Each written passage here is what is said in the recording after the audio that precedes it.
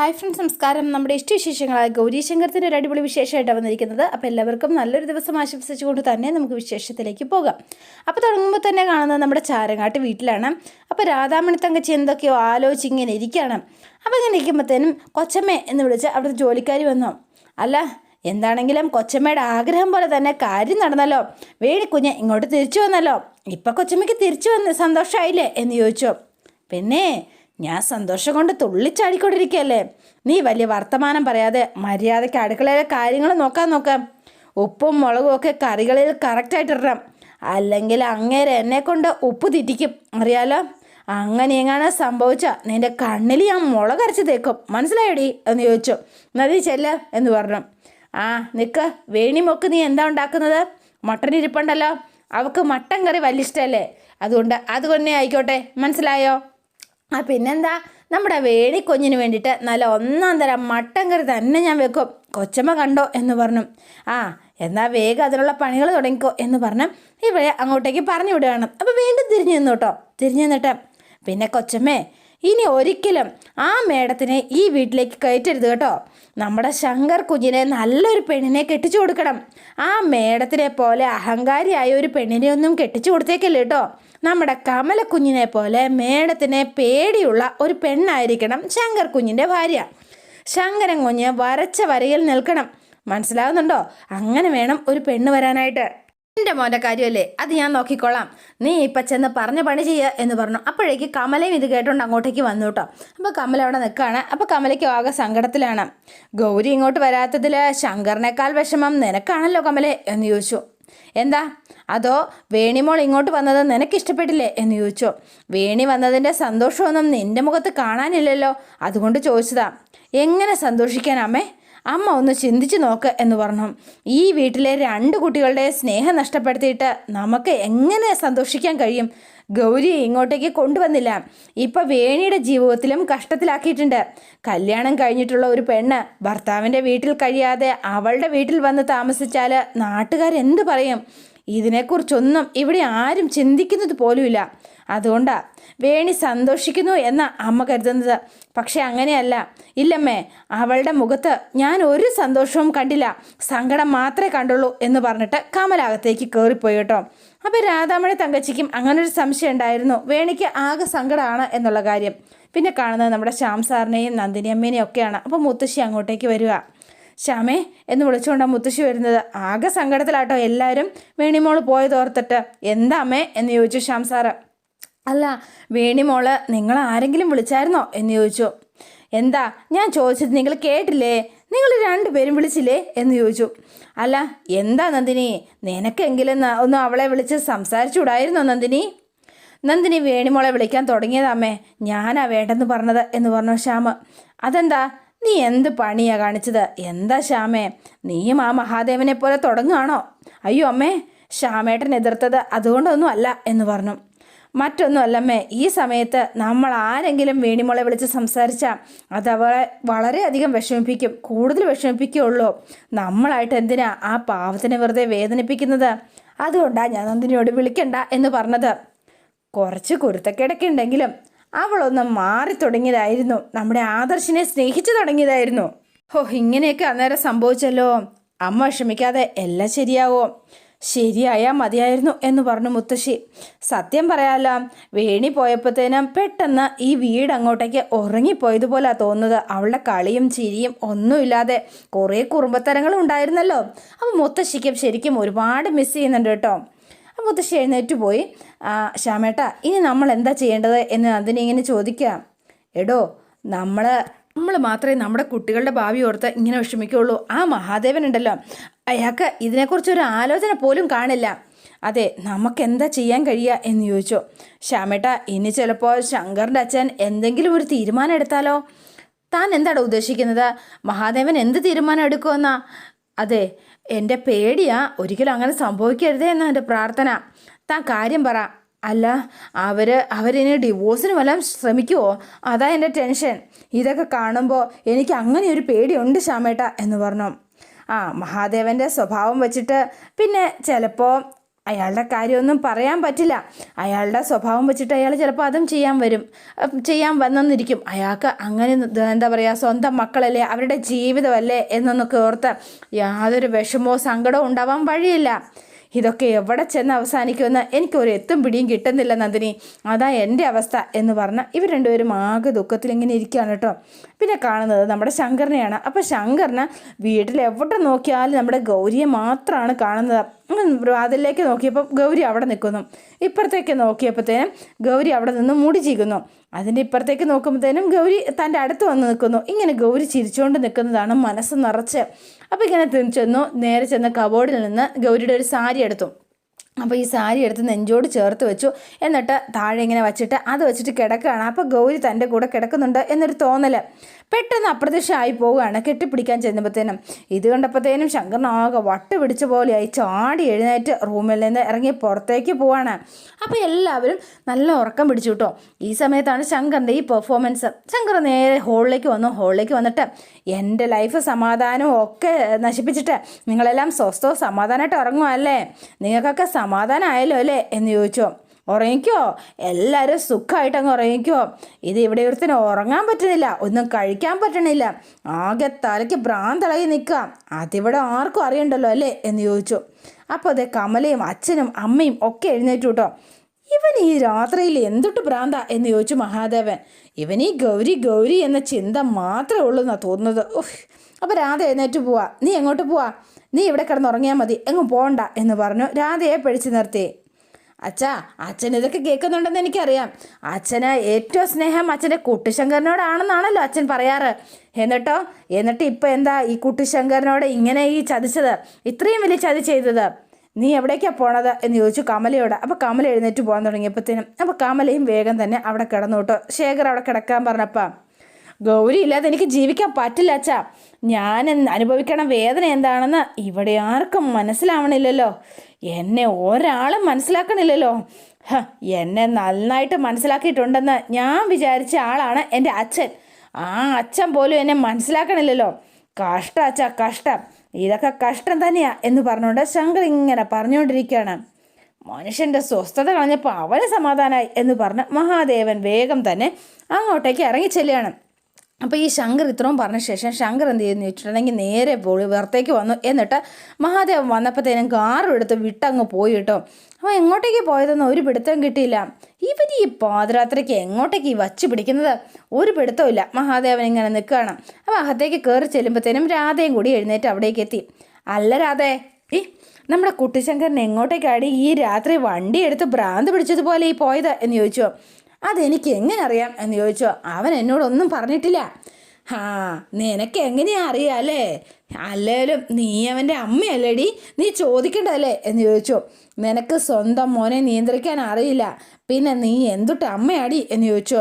മരുമക്കളോടെ ഈച്ച ഡയലോഗ് അടിച്ചിട്ട് അതെ വലിയ ആളായി എന്നോർത്തിട്ട് സ്വന്തം കുടുംബത്തിന് വല്ല പ്രയോജനമുണ്ടോ? എന്തൊട്ടിനാ നീ ഇവിടെ നിൽക്കണത്? പൊക്കൂടെ നിനക്ക് എന്ന് ചോദിച്ചു. അപ്പോൾ രാധ അകത്തേക്ക് കയറി പോകാൻ തുടങ്ങാം. അയ്യോ അങ്ങോട്ടല്ലടി, ദേ നിൻ്റെ ഈ കുടുംബത്തിലേക്ക് അങ്ങോട്ട് പോണ കാര്യമാണ് ഞാൻ പറഞ്ഞത്. ഇപ്പം ഇതാണല്ലോ ഇവിടുത്തെ ഫാഷൻ. എനിക്ക് നിങ്ങളോട് ഒരു കാര്യം പറയാനുണ്ട്. ഓ, എന്തൊട്ടാ ഇപ്പം നിനക്ക് പറയാനുള്ളത്? ഓ, എന്തെങ്കിലും പുതിയ കുത്തിത്തിരിപ്പ് വല്ല ആയിരിക്കും അല്ല രാധേ? ആദ്യം ഞാൻ നിങ്ങൾ പറയുന്ന ഒന്ന് കേൾക്ക്, എന്നിട്ട് നിങ്ങൾ അത് കഴിഞ്ഞ ശേഷം തീരുമാനിക്കുക. ഓ ശരി, എന്നാൽ പിന്നെ രാധാമണി തങ്ങച്ചി ഒന്ന് മൊഴിഞ്ഞാട്ടെ എന്ന് പറഞ്ഞു. ഞാനത് പറയാം, പക്ഷേ അത് നിങ്ങൾ എന്നോട് ദേഷ്യപ്പെടരുത് എന്ന് പറഞ്ഞു.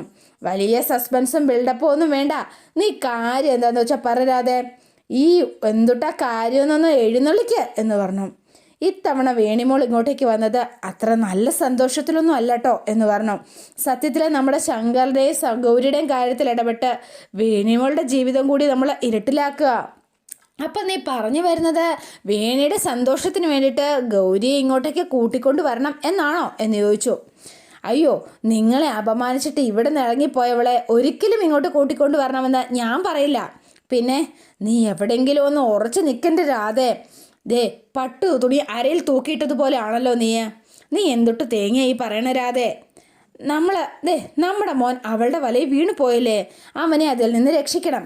അതെ, അവനും ഗൗരിയും തമ്മിലുള്ള എല്ലാ ബന്ധങ്ങളും അവനായിട്ട് തന്നെ അവസാനിപ്പിക്കണം. അതെ, അവൻ അങ്ങോട്ട് സ്നേഹിക്കുന്നതിൻ്റെ പകുതി പോലും അവൻ്റെ ഗൗരി അവളെ സ്നേഹിക്കുന്നില്ല എന്ന് നമ്മൾ അവനെ മനസ്സിലാക്കി കൊടുത്തേ പറ്റൂ. എങ്കിലേ ഇതിനൊക്കെ ഒരു പരിഹാരമാവുള്ളൂ. രാധേ, നീ എന്താ ഈ പറയണത്? എങ്ങനെ നമ്മുടെ മോനെ അവളുടെ വലയിൽ നിന്ന് രക്ഷിക്കണമെന്നോ? നടക്കുന്ന കാര്യം വല്ലമ്പല.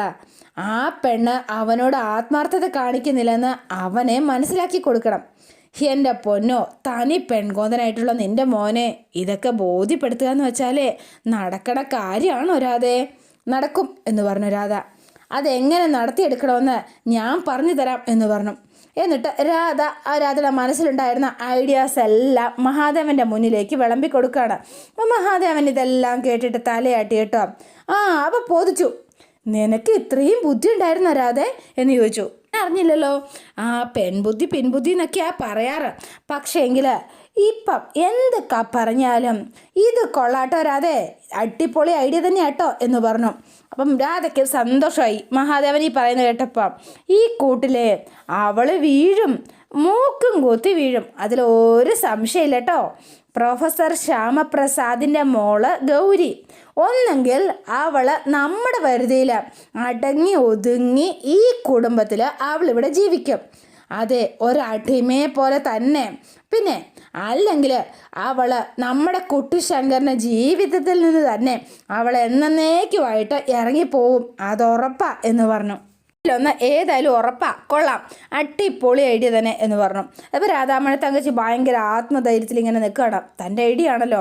അപ്പോൾ പിന്നെ കാണുന്നത് നമ്മുടെ ഗൗരിനെയാണ്. അപ്പോൾ ഗൗരി ഇതേ വെള്ളം എടുക്കാനായിട്ട് രാത്രി വന്നപ്പോഴും നമ്മുടെ മുത്തശ്ശി ഇങ്ങനെ ഇരിക്കുകയാണ് കേട്ടോ. അപ്പോൾ മുത്തശ്ശിയുടെ ഇരിപ്പ് കണ്ടിട്ട് ഗൗരി അങ്ങോട്ടേക്ക് വരികയാണ്. മുത്തശ്ശി എന്ന് വിളിച്ചു. മുത്തശ്ശി ഇതുവരെയും കിടന്നില്ലേ? എന്താ മുത്തശ്ശി? കിടന്നിട്ട് ഉറക്കം വരുന്നില്ല മോളെ, അതുകൊണ്ടാണ് കുറച്ച് സമയം ഇവിടെ വന്നിരിക്കാമെന്ന് വിചാരിച്ചത്. ദേ, നേരെ ഒരുപാട് വൈകിട്ടോ, ഇപ്പോൾ വെളുപ്പിന് 3 മണിയായി. ഇനിയും ഉറക്കുളച്ചിരിക്കണ്ട, മുത്തശ്ശി പോയി കിടന്ന് ഉറങ്ങാൻ നോക്ക്. ചെല്ലു മുത്തശ്ശി എന്ന് പറഞ്ഞു. അപ്പോൾ മുത്തശ്ശി വേഗം എഴുന്നേറ്റപ്പോഴത്തേനും ഫോൺ ബെല്ലടിക്കുകയാണ്. ഇതെന്താ ഇത്? ഫോണോ? ഈ സമയത്ത് ആരാ നമ്മളെ വിളിക്കാനായിട്ട്? മിക്കവാറും നമ്പർ വല്ലതും മാറിയതായിരിക്കും എന്ന് പറഞ്ഞു. അപ്പോൾ ഇവരിങ്ങനെ പറഞ്ഞിട്ട് എഴുന്നേറ്റ് പോകാൻ തുടങ്ങിയപ്പോഴത്തേനും നമ്പർ തെറ്റി വിളിച്ചു തന്നെയാണ്. അപ്പോൾ പെട്ടെന്ന് ഫോൺ നിന്നു. അപ്പോൾ വീണ്ടും ബെല്ലടിക്കുകയാണ്. ഇത് നമ്പർ തെറ്റിയതൊന്നും അല്ല, ഇത് നമ്മളെ തന്നെയാണല്ലോ വിളിക്കുന്നത്, ഇത് നമ്പർ മാറിയ ലക്ഷണമൊന്നും അല്ല എന്ന് പറഞ്ഞു. അപ്പോൾ ഗൗരി വേഗം തന്നെ ഫോൺ എടുത്തു. അപ്പോൾ ഹലോ എന്ന് വെച്ചപ്പോഴത്തേനും ഗൗരി എന്ന് വിളിച്ചു. മറ്റാരും അല്ല, നമ്മുടെ ശങ്കറാണ്. നീ കേൾക്കണ്ടോ? ഞാൻ പറയണത് നീ കേൾക്കണ്ടോ ഗൗരി എന്ന് ചോദിച്ചു. എനിക്ക് ഇപ്പോൾ ഈ നിമിഷം നിന്നെ കാണണം ഗൗരി, ഞാൻ നിന്നെ കാണാൻ വരട്ടാട്ടോ എന്ന് ചോദിച്ചു. അപ്പോഴത്തേനും ശങ്കർ, സമയം എത്രയാണെന്നൊന്ന് നോക്ക്. സമയം എത്രയായാലും നമുക്കിപ്പോൾ എന്തൊട്ടാ ഗൗരി എന്ന് ചോദിച്ചു. അതെ, എനിക്ക് നിന്നെ കാണണം എന്ന് വെച്ചാൽ കാണണം, അത്രേ ഉള്ളൂ. ഇപ്പം സമയം 3 മണിയായി. ഈ സമയത്ത് എന്നെ കാണാൻ വേണ്ടിയിട്ട് ശങ്കർ ഇങ്ങോട്ട് വരണ്ടാന്നോ? ഗൗരി, ഞാൻ ആരാ എന്ന് ചോദിച്ചു. ഞാൻ നിൻ്റെ കെട്ടിയോനാ, നിൻ്റെ ഭർത്താവ്. നീ എന്താ ഇങ്ങനെ മറന്ന് സംസാരിക്കുന്നത് എന്ന് ചോദിച്ചു. അപ്പോഴും ഗൗരി ഇങ്ങനെ മിണ്ടാൻ നിൽക്കുക. അതെ, ഭർത്താവിനെ ഭാര്യയെ കാണണമെന്ന് തോന്നുമ്പം അതിന് ഏത് വെളുപ്പാങ്കാലാണെങ്കിലും പാതിരാത്രിയാണെങ്കിലും ഭാര്യയെ കാണണമെന്ന് തോന്നിയാൽ കാണണം. ഗൗരി, എനിക്ക് നിന്നെ കണ്ടേ പറ്റൂട്ടോ എന്ന് പറഞ്ഞു. ശങ്കർ, ഞാൻ എൻ്റെ തീരുമാനം പറഞ്ഞു, നിങ്ങൾ മനസ്സിലാക്കുന്നെങ്കിൽ മനസ്സിലാക്കുക എന്ന് പറഞ്ഞ് ഗൗരി ഫോണും കട്ട് ചെയ്തു. അപ്പോൾ ശങ്കർ ഇങ്ങനെ നിൽക്കുകയാണ്. അപ്പോൾ വീണ്ടും തന്നെ ഗൗരിയുടെ ഫോണിലേക്ക് വീണ്ടും വിളിക്കുകയാണ് ശങ്കർ. വീണ്ടും ഗൗരി ചെന്ന് ഫോൺ എടുത്തു. ഹലോ, ഞാൻ വിളിച്ചപ്പോഴത്തേനും നീ കട്ട് ചെയ്തു പോയോ? ആരോട് ചോദിച്ചിട്ടാണ് നീ പോയത് എന്ന് ചോദിച്ചു. ശങ്കർ, എനിക്കൊന്ന് പോയി കിടന്നുറങ്ങണം. നിനക്ക് ഉറങ്ങാനൊക്കെ പറ്റണുണ്ടല്ലേ? എൻ്റെ അവസ്ഥ എന്തൊട്ടാന്ന് നിനക്കറിയോ? ഗൗരി, നമ്മൾ തമ്മിൽ നേരിട്ട് കണ്ടാൽ എൻ്റെ സിറ്റുവേഷൻ എന്താണെന്ന് നിനക്ക് മനസ്സിലാവട്ടോ എന്ന് പറഞ്ഞു. അതുകൊണ്ട് മാത്രമാണ് നമ്മൾ കാണണം എന്ന് ഞാൻ ഈ പറയണത്. എനിക്ക് നിന്നെ കണ്ടേ പറ്റൂട്ടോ. ശങ്കറിന് ഇപ്പം എന്താ വേണ്ടത്? എന്നെ ഒന്ന് കാണണം, എന്നെ ഒന്ന് സംസാരിക്കണം, അത്രേ ഉള്ളൂ എന്ന് പറഞ്ഞു. ശരി, എന്നാൽ പിന്നെ രാവിലെ ശങ്കർ വീട്ടിലേക്ക് വാ, നമുക്ക് കാണാം, നമുക്ക് സംസാരിക്കാം. രാവിലെയോ? രാവിലെ ആകാനായിട്ട് ഇനി എന്തോരം സമയമുണ്ട്? എനിക്ക് ഇപ്പം തന്നെ നിന്നെ കണ്ടേ പറ്റുള്ളൂ. ഇപ്പം തന്നെയോ എന്ന് ചോദിച്ചു. എൻ്റെ പൊന്ന് ശങ്കർ, അപ്പോൾ ശങ്കർ തിരുവനന്തപുരത്തുണ്ടോ എന്ന് ചോദിച്ചു. എൻ്റെ പൊന്ന് ഗൗരി, നീ ഇവിടെ ഉള്ളപ്പോൾ ഞാൻ സമാധാനമായിട്ട് അവിടെ തൃശ്ശൂർ എങ്ങനെ എനിക്കിരിക്കാൻ പറ്റുക? അതുകൊണ്ട് ഞാൻ നേരെ ഇങ്ങോട്ടേക്ക് വിട്ടുപോന്നു എന്ന് പറഞ്ഞു. അതെ, എൻ്റെ പൊന്നെ ഗൗരി, ഞാൻ തൃശ്ശൂരിൽ നിന്ന് ഇത്രയും ദൂരം ഒറ്റയ്ക്ക് വണ്ടി ഓടിച്ചു വന്നത് നിന്നെ ഒന്ന് കാണാൻ വേണ്ടി മാത്രമാണ്. എനിക്ക് വേണ്ടിയിട്ട് ഒരു 10 മിനിറ്റ് നീ എനിക്ക് വേണ്ടി മാറ്റി വച്ചേ പറ്റൂ എന്ന് പറഞ്ഞു. അപ്പോൾ ഗൗരി ഫോൺ കട്ട് ചെയ്തു. എന്താ മോളെ എന്ന് ചോദിച്ചു. മുത്തശ്ശി, ശങ്കർ ഇവിടെ എത്തിയിട്ടുണ്ട് എന്ന് പറഞ്ഞു. ഇവിടെ എന്ന് പറഞ്ഞാൽ അവൻ തിരുവനന്തപുരത്ത് എത്തിയെന്നാണോ മോള് പറയണത് എന്ന് ചോദിച്ചു. അതോ നമ്മുടെ വീട്ടിൽ എന്ന് ചോദിച്ചു. ഇങ്ങനെ പറയല്ല, കോളിംഗ് ബെലടി കേട്ടു. മുത്തശ്ശി, അത് ശങ്കര എന്ന് പറഞ്ഞു. ഞാൻ എന്താ ചെയ്യേണ്ടത് എന്ന് ചോദിച്ചു. അപ്പം മുത്തശ്ശി ഇങ്ങനെ നിന്നിട്ട്, അതെ, നീ അവനെ കണ്ടിട്ട് വാ മോളെ എന്ന് പറഞ്ഞു. എന്താന്ന് വെച്ചാൽ, നീ അവനെ കാണാൻ തയ്യാറായിട്ടില്ല എങ്കിൽ ഇന്നിവിടെ ആരും സ്വസ്ഥമായിട്ട് ഉറങ്ങാൻ അവൻ സമ്മതിക്കില്ല. വെറുതെ വഴക്കും ബഹളവുമായിട്ട് അയൽക്കാരെ കൂടി അറിയിക്കുന്ന എന്തിനാ? മോള് ചെല്ല് എന്ന് പറഞ്ഞ് മുത്തശ്ശി പറഞ്ഞു വിട്ടു. അപ്പോൾ ഗൗരി നേരെ വേഗം ചെന്നു. അപ്പോൾ ഗൗരി കണ്ടപ്പത്തേനും ശങ്കറിൻ്റെ അവസ്ഥ വളരെ പരിതാപകരമാണ് കേട്ടോ. അപ്പോൾ വളരെ ദയനീയമായിട്ട് ഇങ്ങനെ നിൽക്കുകയാണ്. ഗൗരി, എനിക്ക് നിന്നോട് കുറച്ചു നേരം സംസാരിക്കണം എന്ന് പറഞ്ഞു. അത് കഴിഞ്ഞ് ഞാൻ പോയിക്കോളാം, ഒരു 10 മിനിറ്റ് മതി കേട്ടോ, അതിൽ കൂടുതൽ എടുക്കില്ല എന്ന് പറഞ്ഞു. അപ്പോൾ ശങ്കറിനെ കൂട്ടിക്കൊണ്ട് അതേ പുറത്തെ ഇതിൽ ഗാർഡനിൽ പോയി ഇങ്ങനെ ഇരിക്കുകയാണ് രണ്ടുപേരുടെ. ഇരിക്കുക എന്ന് പറഞ്ഞു. ഇരുന്നു. അപ്പോൾ ഇവർ രണ്ടുപേരും ഇങ്ങനെ ഇരുന്നു. എന്താ ശങ്കർ ഇത്? എന്തിനാ ശങ്കർ ഇങ്ങനെയൊക്കെ കാണിക്കുന്നത്? മുത്തശ്ശി എന്ത് വിചാരിച്ചിട്ടുണ്ടാവും എന്ന് ചോദിച്ചു. നാളെ ഇവിടെ ഇതെല്ലാവരും അറിയും, ഇതിൻ്റെയൊക്കെ എന്തെങ്കിലും ആവശ്യം ഉണ്ടായിരുന്നോ എന്ന് ചോദിച്ചു. അപ്പോൾ ശങ്കർ വളരെ ദയനീയമായി നോക്കി. എന്താ, കുറ്റപ്പെടുത്തലല്ലേ? നീ നിനക്ക് എന്തുട്ടാ തോന്നുന്നതെന്ന് വെച്ചാൽ നീ പറഞ്ഞോ ഗൗരി, എൻ്റെ അവസ്ഥ എന്തിട്ടാണെന്ന് നിനക്കറിയോ എന്ന് ചോദിച്ചു. എനിക്ക് ഒരു സ്വസ്ഥതയില്ല, ഒരു സമാധാനവുമില്ല. എപ്പോഴും നിന്നെ പറ്റിയുള്ള ചിന്തയാ. നമ്മുടെ വീട്ടിൽ, മുറിയിൽ, അങ്ങനെ എല്ലായിടത്തും കണ്ണ് നിറച്ച് നീയാ. എനിക്ക് ഭ്രാന്ത് പിടിക്കും എൻ്റെ ഗൗരി. സത്യം പറയട്ടെ, എൻ്റെ കോലം നീ കണ്ടില്ലേ? ആഹാരം കഴിക്കാൻ പോലും എനിക്ക് തോന്നണില്ല കേട്ടോ. എനിക്ക് വിശപ്പുണ്ടോയെന്ന് പോലും എനിക്ക് അറിയാൻ പറ്റണില്ല. ഇടയ്ക്ക് എനിക്ക് ഒന്നും അറിയാൻ പറ്റണില്ല ഗൗരി. എപ്പോഴും നിന്നെക്കുറിച്ചുള്ള ചിന്തകൾ മാത്രമാണ് എൻ്റെ മനസ്സിൽ, അല്ലാതെ വേറൊന്നും എനിക്ക് ചിന്തിക്കാൻ പറ്റണില്ല. എനിക്ക് ചിന്തിക്കാനേ കഴിയുന്നില്ല ഗൗരി എന്ന് പറഞ്ഞ് കരയാണ് പാവം. നീ എന്നെക്കുറിച്ച് ആലോചിക്കാറുണ്ടോ? നിനക്കിവിടെ സുഖമായിരിക്കാം. ഇവിടെ നിൻ്റെ ഈ വീട്ടിൽ നിന്നെ മനസ്സിലാക്കുന്നവരെങ്കിലും ഈ വീട്ടിലുണ്ടല്ലോ. നിനക്ക് അങ്ങനെയെങ്കിലും സമാധാനിക്കാം. പക്ഷേ എൻ്റെ വീട്ടിലെ അവസ്ഥ നീ ഒന്ന് ഓർത്ത് നോക്കിയേ ഗൗരിയെ. അവരൊക്കെ എന്തൊക്കെയോ ചെയ്യുന്നുണ്ട്. എനിക്കാണെങ്കിൽ ഇപ്പം എല്ലാവരോടും ദേഷ്യമാണ്. അമ്മ ആഹാരം കഴിക്കാനൊക്കെ പറഞ്ഞ് നിർബന്ധിക്കും. പക്ഷേ ഞാൻ കഴിക്കാണ്ടിരിക്കുമ്പോൾ അമ്മ സങ്കടപ്പെടും കേട്ടോ. അമ്മയുടെ സങ്കടപ്പെട്ടിട്ട് എന്തിനാ, എനിക്ക് കഴിക്കാൻ തോന്നണ്ടേ എന്ന് പറഞ്ഞു. അപ്പോൾ വേഗം തന്നെ ഗൗരി എഴുന്നേറ്റു. അയ്യോ, 10 മിനിറ്റ് ആയിട്ടില്ല കേട്ടോ ഗൗരി എന്ന് പറഞ്ഞു. നീ എവിടേക്ക് എഴുന്നേറ്റ് പോണത് എന്ന് ചോദിച്ചു. ശങ്കർ, ഇവിടെ തന്നെ ഇരിക്കുക, ഞാൻ ഇപ്പോൾ വരാം. ഗൗരി, നീ എവിടെയാക്കി പോണേ? ഞാൻ ഇപ്പോൾ വരാം എന്ന് പറഞ്ഞ ഗൗരി നേരെ അകത്തേക്ക് കയറി പോവാണ്. മറ്റൊന്നിനുമല്ല, നമ്മുടെ ശങ്കറിന് ഭക്ഷണം എടുക്കാനാണെന്നാണ് തോന്നുന്നു കേട്ടോ. അപ്പോൾ അതിൻ്റെ ബാക്കി വിശേഷങ്ങളൊക്കെ ആയിട്ട് വരാം. അപ്പോൾ ഇതോടെയാണ് ഇന്നത്തെ വിശേഷം അവസാനിക്കുന്നത്. ഇനി നാളത്തെ വിശേഷം ഇതിലും ഗംഭീരമാണ്. അപ്പോൾ എല്ലാവരും വെയിറ്റ് ചെയ്യുക.